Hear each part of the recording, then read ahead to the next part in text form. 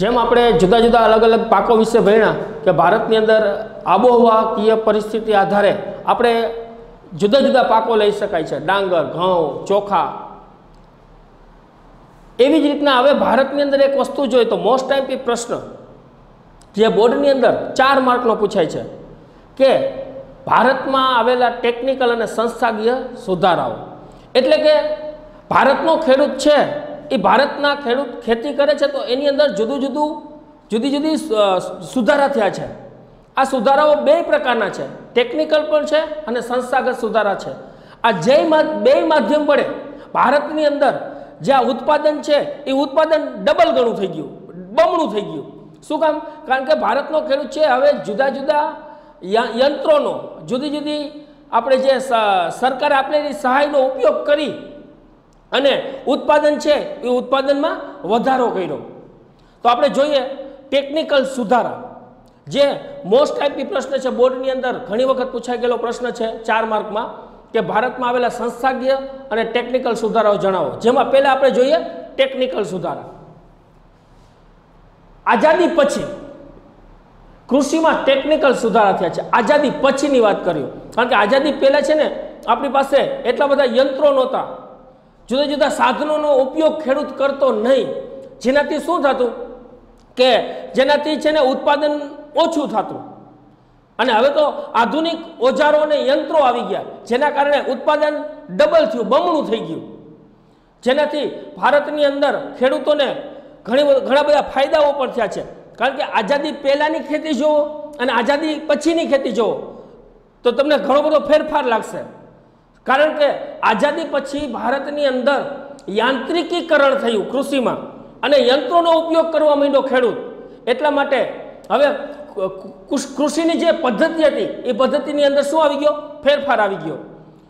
આઝાદી પહેલાની વાત કરું તો આઝાદી પહેલા છે ભારતનો ખેડૂત છે એ રહેટ, ગાડું, બળદ આ બધી વસ્તુનો ઉપયોગ કરતો, જેનાથી શું થતો? સમય લાગતો અને ઉત્પાદન પણ એટલું ન થતું. પરંતુ ધીરે ધીરે આઝાદી પછી ભારતની અંદર ટેકનિકલ સુધારા થતા ગયા એમ ભારતનો ખેડૂત છે એ કૃષિની અંદર જુદા જુદા આધુનિક ઓજારોનો ઉપયોગ કરી અને ખેતીની અંદર જુદી જુદી પદ્ધતિઓ વડે ખેતી કરવા લાગ્યો, જેનાથી અનાજના ઉત્પાદનમાં વધારો થયો. રહેટ, બળદ, હળ, ગાડાનો ઉપયોગ કરતો, જે આજે submersible pump, tractor, tailors, thresher આવા જુદા જુદા અત્યાધુનિક સાધનોનો ઉપયોગ કરતો થયો ખેડૂત, જેનાથી ખેતીની અંદર હરિયાળી ક્રાંતિ થઈ. હરિયાળી ક્રાંતિ એટલે બીજું કાંઈ નહીં કે અનાજના ઉત્પાદનમાં શું થયો? વધારો થયો. અને હવે તો ભારતનો ખેડૂત છે એ ઘઉંની કાપણીઓ માટે જુદા જુદા એવા અત્યાધુનિક સાધનો, હાર્વેસ્ટર, પછી કટર, પછી તમે નહીં જોયું હલર, આવા સાધનો આવી ગયા, જેનાથી શું થાય? ઓછા સમયે વધારે કામ લઈ શકાય, જેનાથી ફાયદો થાય ખેડૂતને, સમયનો બચાવ થાય, પાક પણ સારો થાય અને ઝડપથી ખેતી કરી શકાય. ઓલો તો શું થાય કે આપણે બધી વસ્તુઓ છે ને હાથેથી કરવી પડતી હતી. હવે બળદ ગાડાનો એનો ઉપયોગ કરો, તમારે ઘરેથી બીજી જગ્યાએ કોઈ પણ ઉત્પાદન થયેલી વસ્તુ પહોંચાડવી હોય તો ગાડા મારફતે જતા. હવે એની જગ્યાએ ટ્રેક્ટર આવી ગયું. આપણે કોઈ પણ પાકની લણણી કરવી હોય તો હાથેથી કરવી પડતી. હવે એવા જુદા જુદા થ્રેશર, ટેલર, ટ્રેક્ટર, હાર્વેસ્ટર આવા સાધનો આવી ગયા, જેનાથી ખેતીની અંદર ઝડપથી શું થયો? સુધારો થયો અને ઉત્પાદનમાં વધારો થયો. ખેતીમાં સિંચાઈની સગવડમાં પણ વધારો થયો. પહેલાં છે ને આપણા ભારતની અંદર માત્ર છે ને કૃષિ છે ને વરસાદ આધારિત જ હતી. વરસાદ પડે એટલે એ જ પાક લઈ શકાય. ઉનાળા જેવા શુષ્ક વિસ્તારની અંદર ખેતીનો પાક ન લઈ શકાય. પરંતુ ભારતની અંદર હવે મોટા મોટા ડેમો બનવા માંડ્યા. કેવડા મોટા મોટા ડેમો છે. જો નર્મદા છે, હીરાકુંડ છે, કૃષ્ણરાજ સાગર યોજના છે, નાગાર્જુન સાગર યોજના છે, કેટલા બધા મોટા મોટા એવા ડેમ બન્યા, જેનાથી શું થયું કે સરકારે છે ખેડૂતોના ખેતર સુધી સિંચાઈ માટેની સગવડોમાં વધારો કર્યો, જેનાથી સિંચાઈની સગવડમાં વધારો થયો એટલે ભારતનો ખેડૂત છે હવે 3 ઋતુની અંદર પાક લઈ શકે, જેનાથી ઉત્પાદનમાં શું થાય? વધારો. તો આ એક જાતનો ટેકનિકલ સુધારો છે, કારણ કે હવે સિંચાઈના માધ્યમ દ્વારા પણ ખેડૂત છે એ પાક લઈ શકે છે. ટપક સિંચાઈ પદ્ધતિ અને ફુવારા જેવી પદ્ધતિનો પણ ઉપયોગ કરી અને ખેત પેદાશની અંદર વધારો કરે છે, કારણ કે ઓછા પાણીએ વધારે પાક, કારણ કે જ્યાં પાણીની જરૂરિયાત વધારે છે, જ્યાં પાણી ઓછું છે, ખેતી માટે પૂરું પાડી શકાય એમ નથી, તો અહીંયા ટપક સિંચાઈ પદ્ધતિ અને ફુવારા પદ્ધતિનો પણ ઉપયોગ કરી અને ભારતનો ખેડૂત છે એ ત્રણેય ઋતુની અંદર પાક લઈ શકે છે. ભારતનો ખેડૂત આજે ટેકનિકલ સુધારાની અંદર જોઈએ તો જુદા જુદા એવા કેટલા બધા યંત્રો, ઓજારો, દવાઓ, બિયારણોનો ઉપયોગ કરી અને પોતાની ખેતીની અંદર જુદી જુદી પદ્ધતિથી ખેતી કરે છે, જેમ કે સુધારેલા બિયારણો અને બીજની સંકરણ જાતોનો ઉપયોગ કરતો થયો છે. સુધારેલા બિયારણો અત્યારે ભારતની અંદર જો કેવા કેવા સુધારેલા બિયારણો આવી ગયા છે. આજે તમે એક જ વસ્તુ કહું, અમેરિકન મકાઈ. અમેરિકન મકાઈ એક સુધારેલું બિયારણ છે, વિદેશી બી છે. એવી જ રીતના કપાસની અંદર જો તો એની અંદર પણ એ સુધારેલું બિયારણ છે. શું કામ? કારણ કે પાક છે એ ડબલ થાય. દાખલા તરીકે પેલા મકાઈ છે તો મકાઈનું જે ડુંડું હતું એ ડુંડાની અંદર એની સાઈઝ આવડી હોય તો મકાઈના દાણા કેટલા હોય તો વધીને એમાંથી કેટલા નીકળે તો 200. પણ હવે એ જ મકાઈની અંદર તમે અમેરિકન મકાઈ વિદેશી બી આવી ગયું, એની સાઈઝ મોટી થઈ ગઈ, એના જે અંદર જે બી છે એ બેના ડબલ થઈ ગયા. તો કપાસમાં એવું જ છે. જે જીંડવા છે એ જીંડવા પહેલાના કપાસની અંદર કેટલા હોય તો 100, 125, 130 એવા જીંડવા આવતા, અત્યારે એના ડબલ થઈ ગયા. એટલે ઉત્પાદનોમાં શું થયો? વધારો. કોના કારણે? તો કે ભારતનો ખેડૂત હવે સુધારેલા બિયારણો અને બીજની સંકરણ જાતોનો ઉપયોગ કરતો છે. બીજું, રાસાયણિક ખાતરો NPK, DAP, urea, bio fertilizer ખાતરનો પણ ઉપયોગ કરતો થયો છે. શું કામ? કારણ કે પહેલાં છે આઝાદી પહેલાંની આઝાદી પછીની વાત કરું તો આપણી પાસે એવા જંતુનાશક દવાઓ નહોતા. અત્યારે જો લાઈવ જ જો, અત્યારે તમને ખબર હોય તો તીડનું ઝુંડ આવ્યું કે ભારત ઉપર તીડનો ખતરો, એવું તમે છાપામાં વાંચતા હશો. તો આવા તો કેટલાય એવા જંતુનાશકો છે જે પાકને ખાઈ જાય છે. ઈયળો આવે તો એને છંટકાવ માટે આપણી પાસે દવાઓ નહોતી, પણ હવે ભારતનો ખેડૂત છે જુદી જુદી કેટલી જંતુનાશક દવાઓ અને રાસાયણિક ખાતરો NPK, DAP, બાયો ફર્ટિલાઇઝર ખાતર, આવી બધી વસ્તુનો ઉપયોગ કરી અને ખેત ઉત્પાદનમાં શું કર્યો છે? વધારો કર્યો છે. પાકને બચાવવા કીટકનાશક અને જંતુનાશક દવાનો ઉપયોગ કરે છે, જે પહેલાં નહોતી. જંતુનાશક દવાઓ ને એવી આપણે ભારતના ખેડૂત ઓછા ઉપયોગ કરતા, જેનાથી શું થતું? પાકને જે કીટકો છે એ ખાઈ જતા, નુકસાન પહોંચાડતા. પરંતુ હવે એવી દવાઓ છાંટવામાં આવે છે જેનાથી પાકનું સંરક્ષણ થઈ શકે. જુદા જુદા પ્રચાર માધ્યમો, રેડિયો, ટીવી, વર્તમાનપત્રો, મોબાઈલ પર જુદા જુદા એપ આવે છે, જેમ કે કિસાન SMS ટોલ ફ્રી નંબર 180018015551. આજે કિસાન કોલ સેન્ટર છે. એટલે કે જુદી જુદી એવી પદ્ધતિનો પ્રચાર પ્રસારના માધ્યમ વડે પણ ખેડૂત છે એ ઉત્પાદનમાં વધારો કરવા માટે માહિતગાર બને છે. આપણે જો રાજકોટની અંદર જો આપણે છે ને રેસકોર્સની અંદર જો તો રેસકોર્સમાં દર વર્ષે આપણે કિસાન મેળો ભરાય છે. તો એની અંદર શું કે બધા ગામના ખેડૂતો છે એ ત્યાં જોવા માટે આવે. એની અંદર શું હોય કે જુદા જુદા નવા સાધનો, બિયારણો, જુદી જુદી ખેતીના સાધનો બધું અહીંયા ઉપલબ્ધ હોય. ખેડૂતો જોઈ અને એ ખરીદી કરી શકે, એના પાકની અંદર વધારો કરી શકે, એવા જુદા જુદા મેળાઓ યોજવામાં આવે છે. અને અત્યારે તો તમે જો ટીવીની અંદર જાઓ તો આપણે દૂરદર્શનની અંદર તમે 5 વાગે દૂરદર્શન ચાલુ કરજો, એની ઉપર સમાચાર આવે છે, કૃષિ સમાચાર, જેની અંદર ખેડૂતોને સમાચારના માધ્યમ દ્વારા સમજાવવામાં આવે છે કે ભાઈ તમારે છે કોઈ પણ બિયારણ વાવવું છે તો એમાં કઈ પદ્ધતિથી વાવવું, કેટલું પાણી પાવું, કેટલી દવા છંટકાવી, કેટલું ખાતર નાખવું, કઈ પદ્ધતિથી ખેતી કરવી, એ બધા એના પ્રચાર પ્રસાર માધ્યમ દ્વારા ખેડૂતો સુધી માહિતી પહોંચાડવામાં આવે છે. જેનાથી શું થાય? આપણો ખેડૂત છે ને બહુ નિરક્ષર છે, ગરીબ છે. આપણે વિદેશના જે ખેડૂતો છે એટલા પૈસા ભારતના ખેડૂત પાસે નથી. તો આવા જુદા જુદા પ્રચાર પ્રસાર માધ્યમોનો ઉપયોગ કરી અને ખેડૂત ખેતી કરે છે. દાખલા તરીકે સમાચાર પત્રોની અંદર જુદી જુદી જાહેરાતો આવતી હોય કે કઈ દવા છાંટવી, આ કપાસ વાવ્યો છે તો આ દવા છાંટો, આ યુરિયા નાખો, આવી રીતે પાણી પાવો, બધી જ માહિતી છે એ ખેડૂતો સુધી પહોંચે. એટલા માટે પ્રચાર પ્રસારના માધ્યમનો પણ હવે ખેડૂત છે એ ઉપયોગ કરતો થયો છે. સરકારની જુદી જુદી જે સાઇટ છે, વેબ પોર્ટલ, આઈ ખેડૂત તથા એગ્રી માર્કેટ જેવી એપનો ઉપયોગ કરી એટલે આપણે તમને છો અત્યારે તમને કાંઈક એમ કહું કે આ વસ્તુ વિશે તમે લખતા આવજો તો તમે ડાયરેક્ટ છે ને મોબાઈલનો સહારો લેશો, ડાયરેક્ટ ગૂગલમાં જશો ને, કારણ કે ગૂગલ પાસે હરેક માહિતી હોય. તો હવે ખેડૂતો એ જુદા જુદા મોબાઈલની અંદર જુદી જુદી એપ છે એનો ઉપયોગ કરી અને પોતાનું કૃષિનું ઉત્પાદન વધે એવા પ્રયત્ન કરે છે. એ પણ હવે સર્ચ કરતો થયો છે. મોબાઈલનો ઉપયોગ કરી જુદી જુદી વેબનો ઉપયોગ કરી આ વાવેતર છે તો કઈ દવા છાંટવી, કેટલું ખાતર નાખવું, એ બધી જ વસ્તુઓ છે, બધી જ માહિતી આ જે એપ છે એની અંદર હોય એ જોઈ અને એ પદ્ધતિથી ખેતી કરે છે.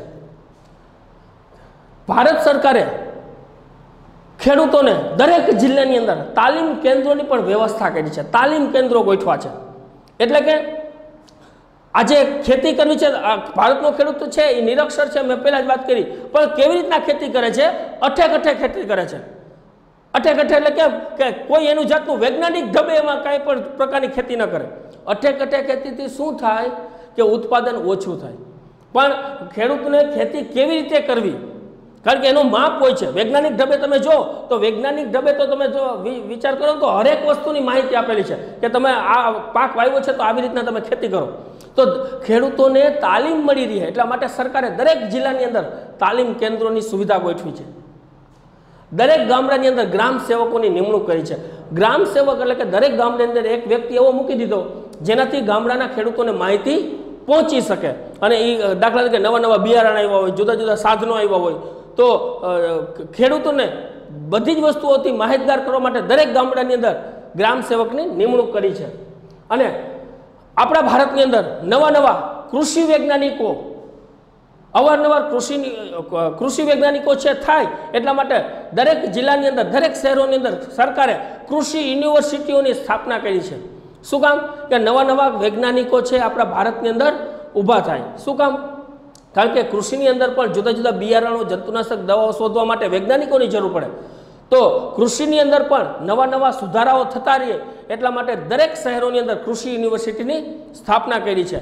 આપણે ઘણા બધા એવા જિલ્લા છે, જુનાગઢ, આણંદ, નવસારી, આ બધા જ જિલ્લાઓની અંદર કૃષિ યુનિવર્સિટીઓ આવેલી છે. આપણે જુનાગઢની અંદર જાઓ, કોઈક કૃષિ યુનિવર્સિટીની અંદર જાજો, કેવડી મોટી યુનિવર્સિટી આવેલી છે. એની અંદર દરેક વિદ્યાર્થીઓ છે એ જુદા જુદા બિયારણોનો ઉપયોગ કરી અને પાક છે એ ઉત્પન્ન કરે.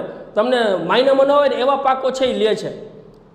દાખલા તરીકે આપણે એમ ખાય કે બટેકું જમીનમાં જ થાય, કંદમૂળ છે, પણ હવે તો એવા બી આવે કે બટેકું છે માથે વેલાની અંદર જોવા મળે.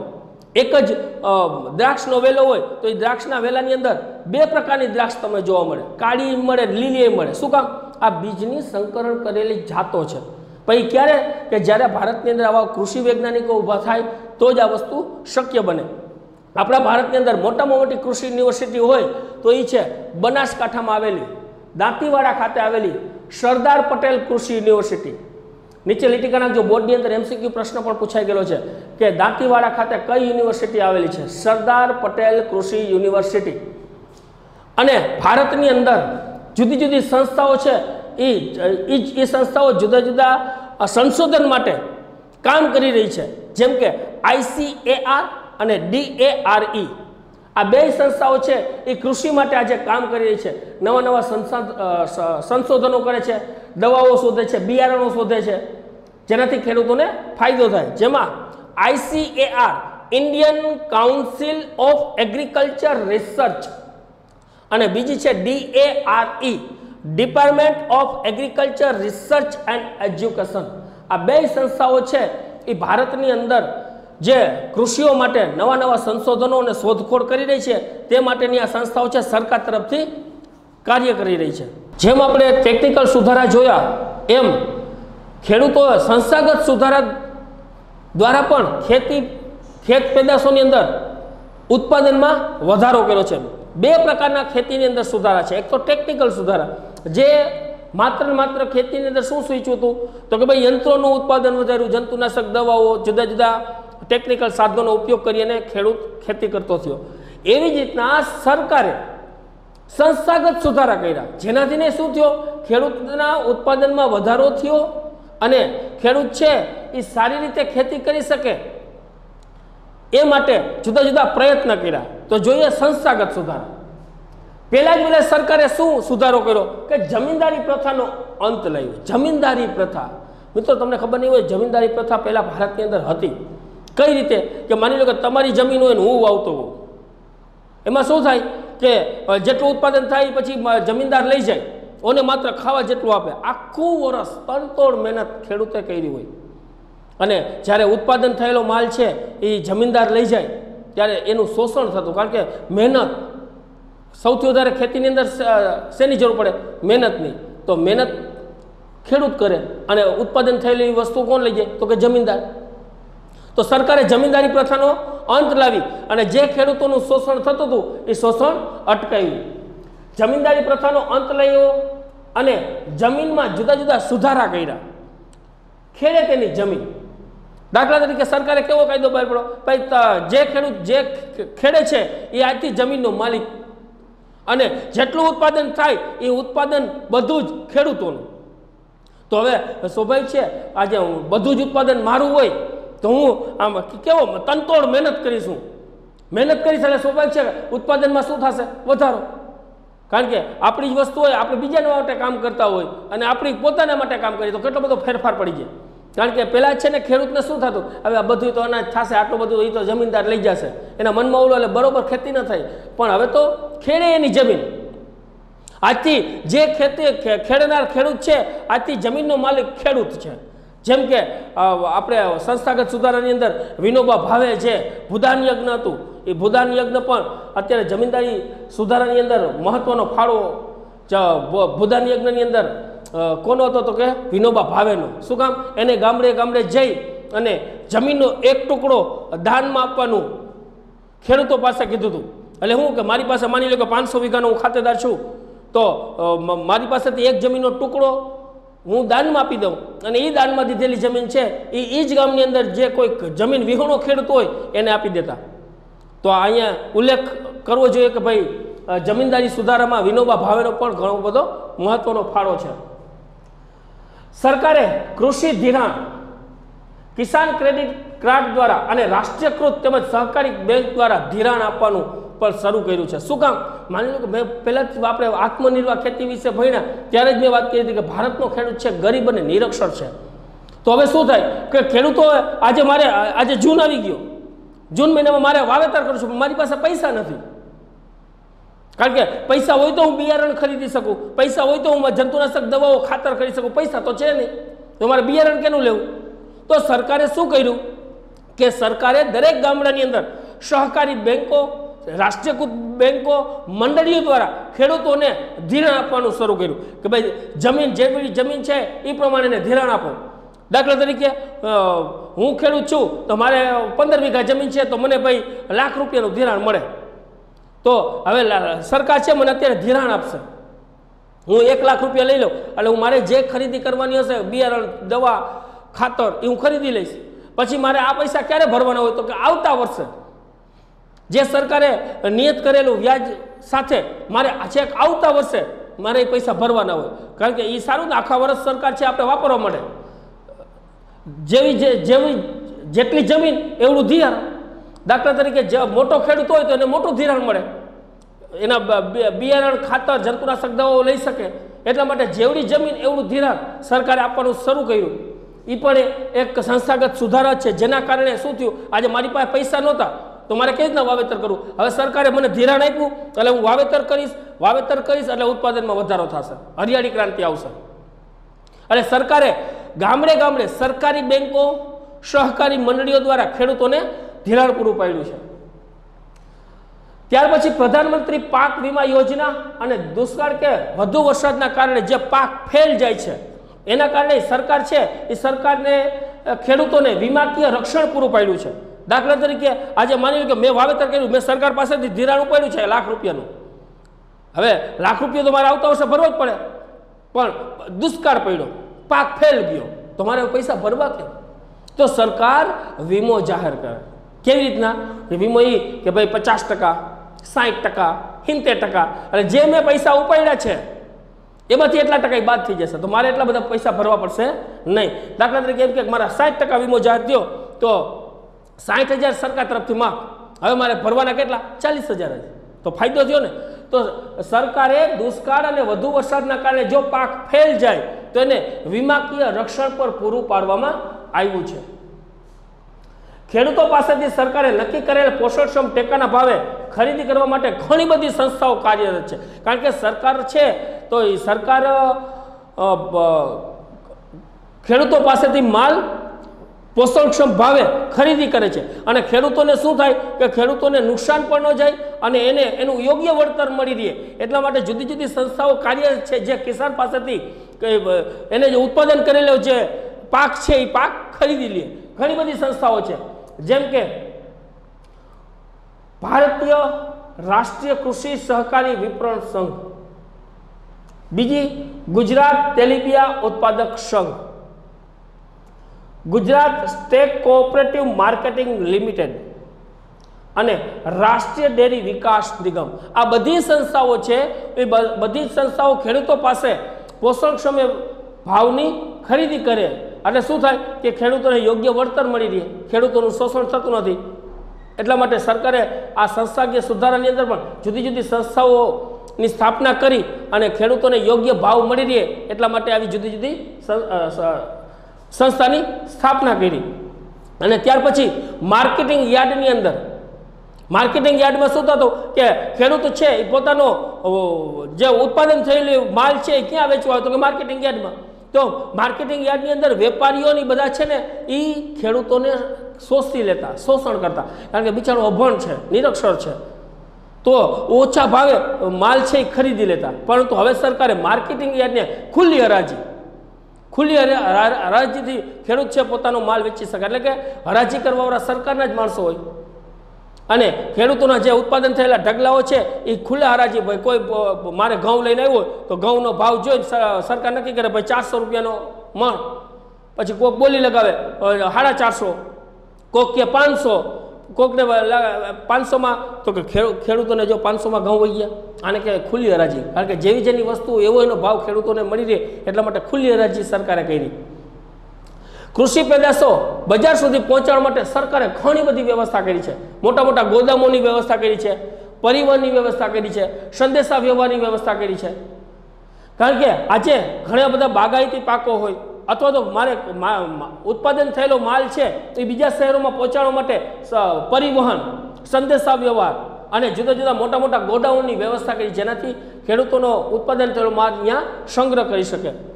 સરકારી ધોરણે શીતગૃહો ચાલે છે, ઠંડા કોલ્ડ રૂમ, કે ઘણી બધી વસ્તુ એવી હોય છે જેને ઠંડા રૂમમાં રાખવામાં આવતી હોય છે, તો સરકારે સહકારી ધોરણે ચાલતા શીતગૃહોની પણ શીતગૃહ છે એ પણ ગોઠવા છે, જેના કારણે શું થાય કે તમે દરિયાકાંઠે જાઓ તો મચ્છીમારી હોય અથવા ફળફળાદીની ખેતી હોય તો આવા શું છે કોલ્ડ રૂમની અંદર એ લોકો પોતાનો માલ છે એ વ્યવસ્થિત રાખી શકે। જેમ આપણે સંસ્થાગત અને ટેકનિકલ સુધારા જોયા, બેયના જો સારું પાસું હોય ને તો ખરાબ પાસું હોય જ। તમને એમ લાગે કે ટેકનિકલ સુધારાથી ફાયદો થયો, જંગી વધારો થયો, ઉત્પાદન વધ્યું, પણ સાથે સાથે ઘણી બધી નકારાત્મક અસર પણ એવી છે કે જેને આપણે ભોગવવી પડી છે। દાખલા તરીકે હાલો, જંતુનાશક દવાઓ, રાસાયણિક ખાતરો, NPK, યુરિયા, DAP, ફોસ્ફરસ, કીટકનાશકોનો ઉપયોગ કર્યો, જંગી વધારો થયો, ફાયદો થયો, પરંતુ સાથે સાથે જમીનની ફળદ્રુપતા ઘટી ને, આરોગ્યને નુકસાન થયું। આપણે આજે ખોરાક કેવા લઈ છે?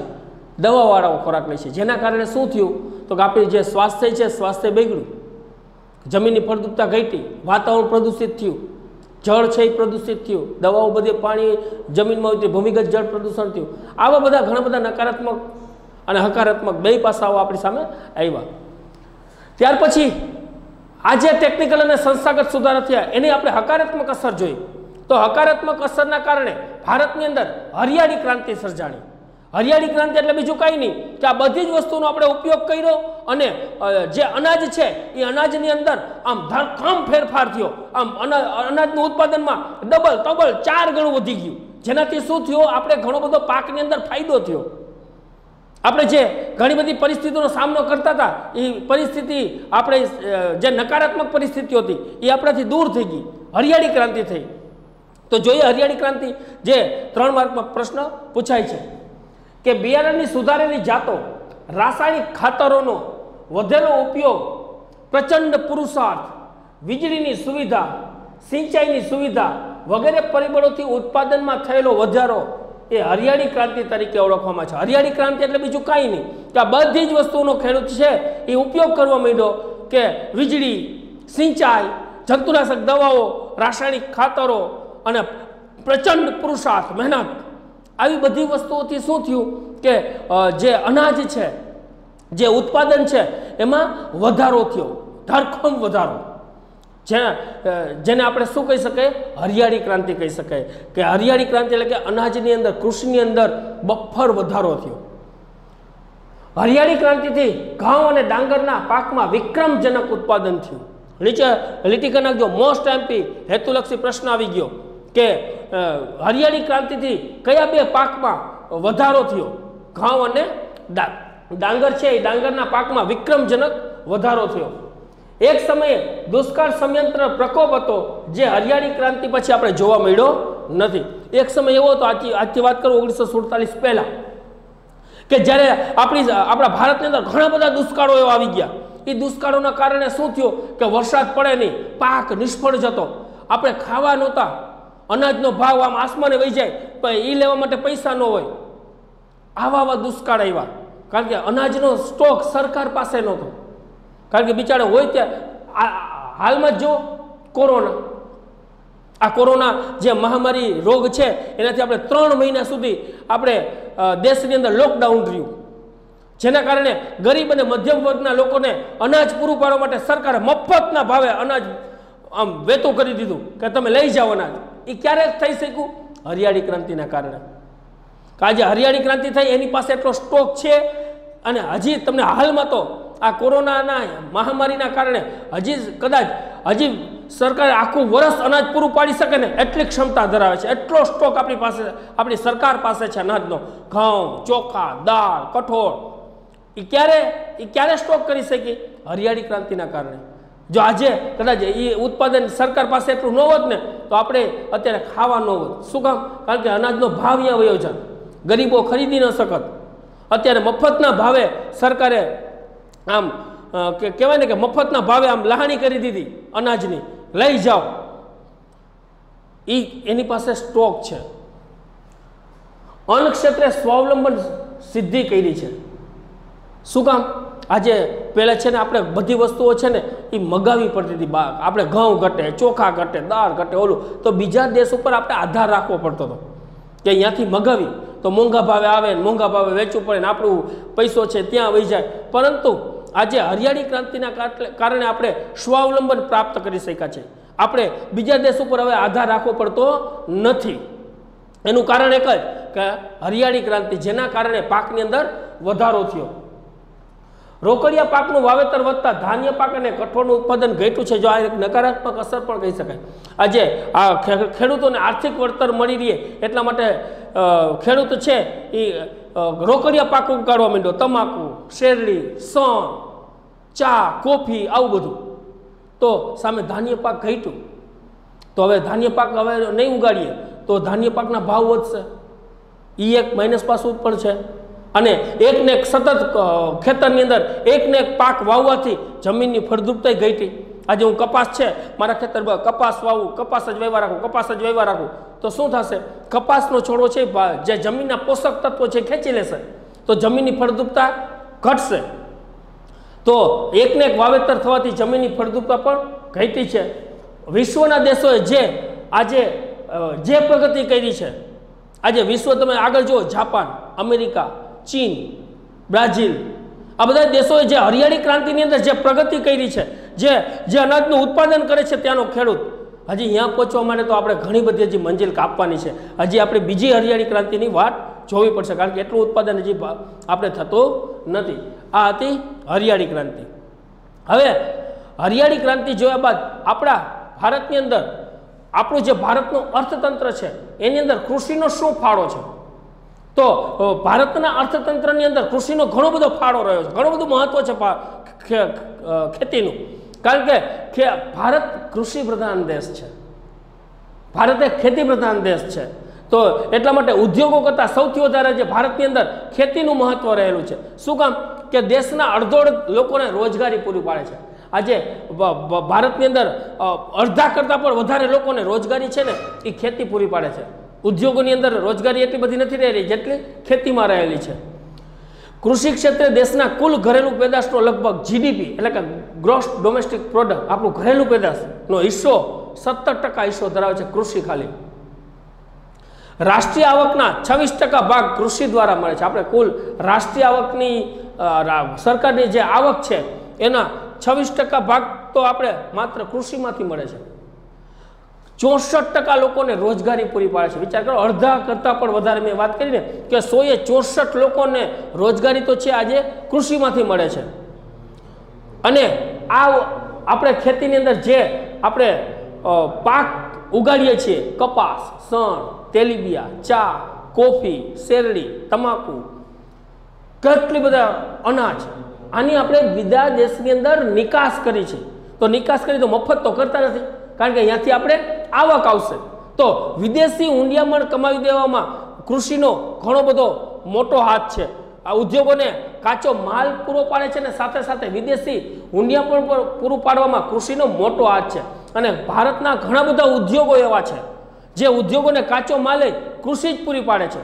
દાખલા તરીકે ખાદ્ય પ્રોસેસિંગ ઉદ્યોગ હોય, સુતરાઉ કાપડનો ઉદ્યોગ હોય, ખાંડ ઉદ્યોગ હોય, કાગળ ઉદ્યોગ હોય। આ બધા ઉદ્યોગોનું કાચું મટીરિયલ ક્યાં? તો કે કાચું મટીરિયલ ખેતીમાંથી મળે। જો ખેતીમાંથી જ આપણે ઉગાડશું નહીં તો આ ઉદ્યોગોને એકને કાચો માલ મળશે નહીં। તો મોટા ભાગના ઉદ્યોગોને કાચો માલ ખેતીમાંથી મળે છે।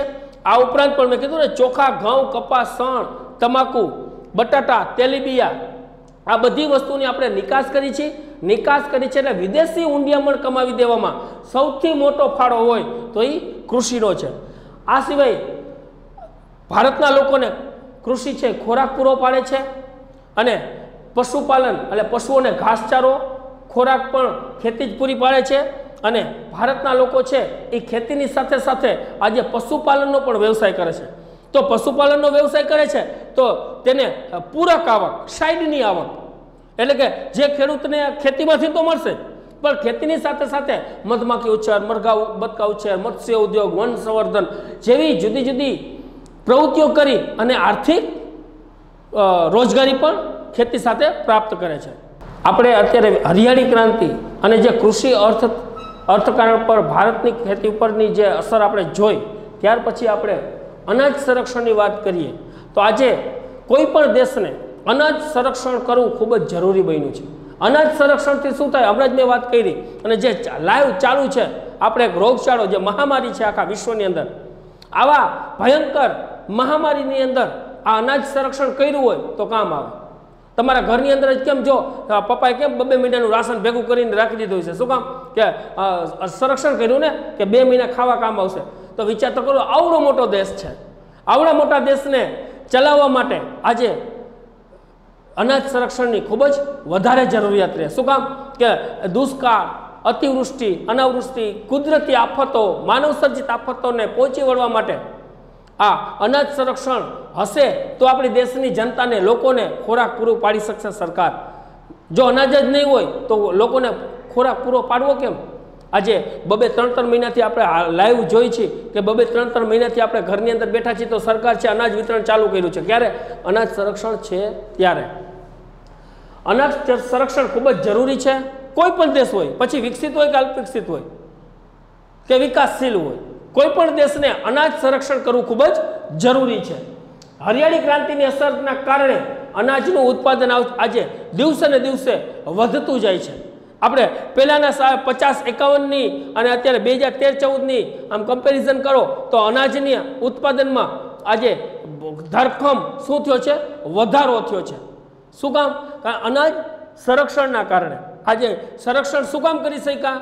કારણ કે આપણે અનાજના ઉત્પાદનમાં વધારો થયો। તો 1950-51ની વાત કરું તો 1950-51માં આપણી પાસે 510 લાખ ટન અનાજનો જથ્થો હતો।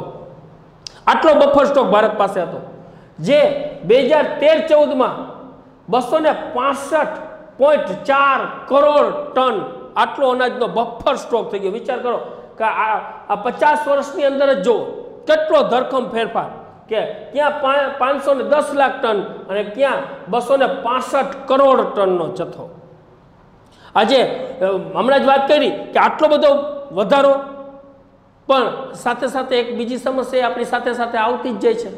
કઈ? તો કે 1951 ની વાત કરું તો ભારતમાં વસ્તી, અનાજ ખાવાવાળી વસ્તી કેટલી હતી? માત્ર 36 કરોડ અને 10 લાખ જ હતી. કારણ કે વસ્તી એ સમય ઓછી હતી. ચાલો, અનાજનો જથ્થો ઓછો હતો પણ ખાવાવાળા ઓછા હતા ને. જે 2001માં વધીને 102.70 કરોડ ટન થઈ ગઈ. કરોડ લોકો, વિચાર કરો કે 510 લાખ ટન તો સામે વસ્તી કેટલી? 36 કરોડ. 265 આપણે કહીએ કે અનાજમાં ધરખમ વધારો થયો, પણ સામે વસ્તી જુઓ 102.70 કરોડ. આવડી વસ્તી થઈ ગઈ. છતાં આજે આવડી મોટી વસ્તી જે ભારતની અંદર વધતી ગઈ, છતાં આપણે એટલો અનાજનો જથ્થો છે એ સરકારે બફર સ્ટોક તરીકે સંગ્રહ કર્યો છે. આજે ઉત્પાદન વધ્યું છે, સાથે સાથે વસ્તી પણ વધતી જ જાય છે. છતાં 2001માં 4 કરોડ ટન અનાજનો જથ્થો આપણી પાસે ઉપલબ્ધ છે. આટલી બધી વસ્તીને અનાજ પૂરું પાડ્યું, છતાં આપણી પાસે અત્યારે 4 કરોડ ટન અનાજનો બફર સ્ટોક આપણે સંગ્રહ કર્યો છે. તેથી જ આવો આપણે દુષ્કાળનો સામનો કરી શકાય. કેટલા બધા દુષ્કાળો આવ્યા, જેમાં આપણે ગરીબ લોકો અને મધ્યમ વર્ગના જે લોકો છે એને સરકાર છે અનાજ પૂરું ક્યારે પાડી શકીએ? કે જ્યારે આપણી પાસે આવડો મોટો જથ્થો છે. ગરીબી રેખા નીચે જીવતા લોકોનું પ્રમાણ આજે ભારતની અંદર 26% લોકો છે. 26% લોકો છે જે ગરીબીની રેખા નીચે જીવે છે, જેને અનાજ પૂરું પાડવું એ આપણી જવાબદારી છે, આપણી ફરજ છે. પણ આ બધા 26% લોકોને આપણે ક્યારે અનાજ પૂરું પાડી શકશું? કે જો આપણી પાસે બફર સ્ટોક હશે. કે જે દુષ્કાળને ગરીબો સુધી પહોંચાડવા માટે આજે આ અનાજનો સંગ્રહ છે, એ અનાજનો સંગ્રહ નહીં હોય તો આ લોકો સુધી આપણે અનાજ પૂરું પાડી શકશું નહીં. આજે રોકડિયા પાકો વધ્યા અને ધાન્ય પાકો ઘટ્યા. આજે દિવસે ને દિવસે પાછું આપણું એક બીજું વસ્તુ હમણાં જ મેં વાત કરી હતી કે આપણે ખેડૂતોને આર્થિક વળતર વધારે મળતું હોવાથી આજે રોકડિયા પાકનું વાવેતર, શેરડી, શણ, કપાસ આવી વસ્તુનું ઉત્પાદન વધતું જાય છે, પણ સાથે સાથે ધાન્ય પાકનું ઉત્પાદન છે એ ઘટતું પણ જાય છે. આ હતું આપણું અનાજ સંરક્ષણ. ત્યાર પછી આપણે મોસ્ટ એમપી પ્રશ્ન, ભારતની ખેતી પર વૈશ્વિકીકરણની અસર, એટલે કે ભારતની ખેતી પર વૈશ્વિકીકરણની કઈ અસર થઈ તે જોઈએ. તો આજે ખેત પેદાશની આયાત અને નિકાસ મુક્ત થઈ ગઈ. કે વિશ્વની વૈશ્વિકીકરણની અસર ભારત ઉપર શું થઈ? કે આજે આપણે ભારત દેશ છે એ આપણે મુક્તપણે આયાત અને નિકાસ કરી શકીએ છીએ. આપણા અનાજ બીજા દેશમાં પણ જાય છે અને બીજાના અનાજ પાકો છે આપણા ભારત દેશમાં પણ આવે છે, જે અનાજની શું થઈ ગઈ? મુક્ત હેરફેર. પરિણામે આયાત વિશ્વના વિવિધ ફળો ભારતના બજારોમાં વેચાવા લાગ્યા. આજે આપણે તમે માર્કેટની અંદર જાઓ, અવનવા ફળો છે એ તમને જોવા મળશે, ખાવા મળશે. ક્યારે? કે શું કામ? કે બીજા વિશ્વના ફળો ભારતમાં આવ્યા ત્યારે આપણે ફળોને જોઈ શકીએ છીએ, ખાઈ શકીએ છીએ. એવી જ રીતના ભારતના સારા સારા કૃષિ પાકો અને ફળો પણ બીજા દેશની અંદર વેચાય છે. જ્યાં દાખલા તરીકે નિકાસમાં પણ જેમ આયાત થઈ એમ આપણી નિકાસ પણ વધી. આપણે મરચાં અને તલ, આ જે પાકો છે એ આજે બીજા દેશની અંદર વેચાય પણ છે. ચીનના બજારની અંદર જાઓ તો ભારતના અને ગુજરાતના મરચાં અને તલ ચીનના બજારમાં વેચાય છે. તો એ શું કામ? વૈશ્વિકીકરણની અસરના કારણે થયું. ખેત પેદાશના પ્રકાર પ્રમાણે સ્વરૂપ બદલાણા. કારણ કે આજે વિશ્વની અંદર આપણે ટકવું છે, આપણે હરીફાઈ છે વિશ્વના દેશ સાથે. આજે બીજા દેશ સાથે આપણે જ્યારે હરીફાઈમાં ઉતર્યા છીએ તો આપણે આપણી જે પેટર્ન છે, આપણું જે ઉત્પાદનનું પ્રકાર છે, એનું સ્વરૂપ છે એ બદલાવવું પડ્યું અને સારું કરવું પડ્યું. શું કામ? કે આપણે બીજા દેશની સાથે સારી રીતે ટકી શકીએ હરીફાઈની અંદર. માની લો કે અમેરિકાને કોઈ પણ વસ્તુ જોઈ છે તો જાપાન અને ભારત દેવાવાળો છે તો અમેરિકા કોની પાસેથી ખરીદી કરશે? કે જે દેશ પાસે સારી પ્રોડક્ટ હશે એની પાસેથી ખરીદી કરશે. તો આપણે જાપાન સાથે હરીફાઈમાં છીએ તો જાપાને જે વસ્તુ ઉગાડી છે એનાથી પણ આપણે સારી રીતે ઉગાડવી પડશે, નકર આપણે વિશ્વના બજારમાં આપણે ટકી શકશું નહીં. અને આ ટકવા માટે આપણે જે ખેતીના પેદાશ હતી એના પ્રકાર, એનું પ્રમાણ, એનું સ્વરૂપ આજે બદલાઈ ગયું. શું કામ? હરીફાઈ આવે ને એટલે આપણે કોઈ પણ વસ્તુ બદલાવી જ પડે. તમે માર્કેટની અંદર જોતા જશો કે જ્યારે એક વસ્તુ હોય એને પાડવા માટે બીજી વસ્તુઓ છે એનાથી કંઈક સારી બનાવશે, ઊંચી ઊંચી જાતની બનાવશે, જેથી માર્કેટમાં એ વસ્તુ ચાલે. આજે વિદેશી કૃષિની હરીફાઈ ભારતીય કૃષિ સાથે થઈ રહી છે, કારણ કે આજે વિશ્વના દેશોને હરેક દેશ છે જુદા જુદા કૃષિ પાકો પહોંચાડે છે. તો એ વિશ્વની અંદર ક્યારે વેચાશે? જો એની ખેત પેદાશ સારી હશે, જેમાં ટકવા આયોજનબદ્ધ તૈયારી જરૂરી છે. કેવું આયોજન? કે માનવ શ્રમનો યોગ્ય ઉપયોગ આપણે કરવો પડશે. ગુણવત્તાસભરની પેદાશની પેટર્ન ભારતના નામે નોંધાવી જરૂરી છે. શું કામ? કે જો સારી ગુણવત્તાવાળી વસ્તુ ભારત પાસે હશે તો જ વિશ્વના બજારમાં આપણે ટકી શકશું. આપણે સારી રીતે કુશળતાપૂર્વક, બુદ્ધિપૂર્વક, વૈજ્ઞાનિક ઢબે ખેતી કરશું તો જ આપણે વિશ્વના બજારમાં આપણે ટકી શકશું. વૈજ્ઞાનિક ઢબે અત્યાધુનિક ઓજાર અને ટેકનોલોજીથી ખેતી કરવી પડશે. જો આવી રીતના કરશું તો જ આપણી પ્રોડક્ટ છે, આપણો પાક છે એ સારો તૈયાર થશે અને વિશ્વની બજારની અંદર વેચાશે. વૈશ્વિકીકરણથી ભારતમાં બહુરાષ્ટ્રીય કંપનીઓ દ્વારા વેચવામાં આવતા મોંઘા ભાવના જીનેટિકલ મોડિફાઈડ બીટી બિયારણો આજે ભારતની અંદર વેચાય છે, જે આપણે ખરીદી કરી છે અને આપણે વાવી છે. જેના કારણે શું થયું? તો કે જેના લીધે ખેતી ખર્ચાળ બની. કારણ કે આપણે મારે કોઈ પણ વસ્તુ વાવવી છે તો મને કાચી વસ્તુ જ મોંઘી પડે તો સ્વાભાવિક છે મારે ખેતી કેવી બનશે? મોંઘી પડશે ને. જેના લીધે આપણે અત્યારે દિવસે ને દિવસે ખેતી છે કેવી થતી જાય છે? ખર્ચાળ બનતી જાય છે. કારણ કે મોંઘા ભાવના બિયારણો, મોંઘા ભાવના જંતુનાશક દવાઓ, મોંઘા ભાવના ખાતરો, જેના કારણે દિવસે ને દિવસે આજે જોઈએ તો ખેતી ખર્ચાળ બનતી જાય છે. આજે કપાસ અને મકાઈના ઉત્પાદનમાં આજે વધારો થયો છે. શું કામ? એના કારણે, કારણ કે વૈશ્વિકીકરણના અસરના કારણે.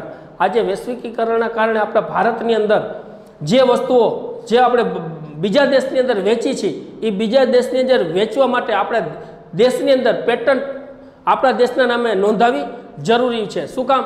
કે જો આપણે આયોજનબદ્ધ એટલે કે વૈજ્ઞાનિક ઢબે ખેતી નહીં કરી તો આપણે વિશ્વના બજારમાં ટકી શકશું નહીં. અને આ વિશ્વના બજારમાં ટકવા માટે આપણે ટેકનોલોજી, સંસ્થાગત સુધારાના કારણે જે હરિયાળી ક્રાંતિ થઈ અને જે ખેતીના પાયાની અંદર જે સુધારો થયો, જો એ પદ્ધતિથી ખેતી કરશું તો આપણે વિશ્વના બજારમાં જરૂર ટકી શકશું.